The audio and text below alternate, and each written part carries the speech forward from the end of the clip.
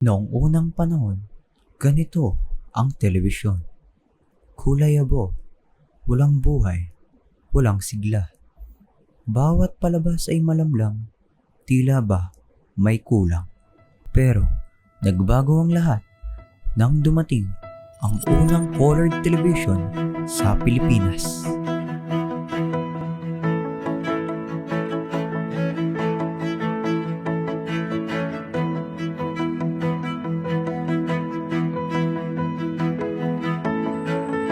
Pero, alam mo ba, Taong 1928, naimbento ni John Logie Baird ang kulay sa mundo ng media na naging dahilan para mabuo ang buhay sa bawat telebisyon. Ang Pilipinas ang ikatlong bansa na nagkaroon ng colored television sa buong mundo. Noong 1966, pinangunahan ng ABS-CBN ang paglipat sa color TV na isang malaking panganib dahil sa mataas na gastos at kakulangan ng color TV sets sa Pilipinas.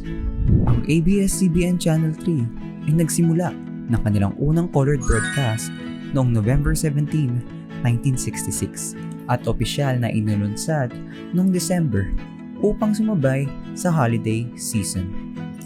Wild Wild West, Bonanza, at Get Smart ang mga unang programang ipinalabas na may kulay.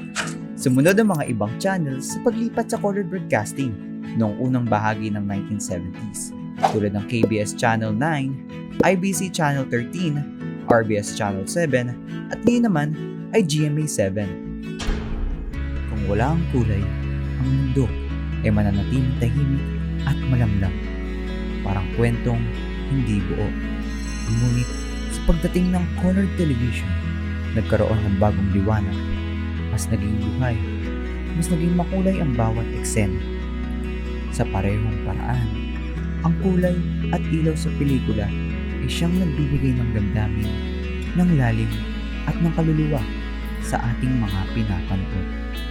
Dahil sa huli, hindi lang ito simpleng imahe sa harap ng mga ating mga mata. Ito ang kwento ng ating kasaysayan na patuloy na binibigyan buhay ng liwanag at kulay. Bakit nga ba mahalaga ang kulay? Dahil ang kulay ay nagbibigay ng buhay.